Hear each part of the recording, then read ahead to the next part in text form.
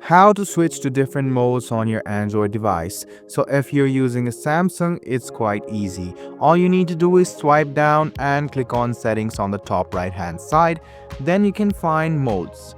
If you're not using a Samsung device, don't you worry because you will get something similar like routines and modes. Go ahead and search for it and you can find it.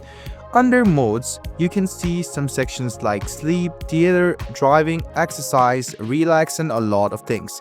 And you can add it of your own as well by clicking on add mode. So if you don't want to do that and if you want to select a mode, let's suppose you want to select sleep mode, just go ahead and click on sleep. Wait for a while and you can see the option of sleep mode. Just go ahead and click on turn on, and as you can see the sleep mode has now been turned on and nobody will be able to disturb you. There are a lot of other modes like these over here, so you can go ahead and explore it. You can also set up routines. You can just go ahead and tap on the plus icon over here and you can set up what you want to trigger for, and this way you can set up the routines and you can also switch to different modes on your Android device. I hope this video was helpful for you. Like the video, subscribe to the channel, and do hit the bell button for more.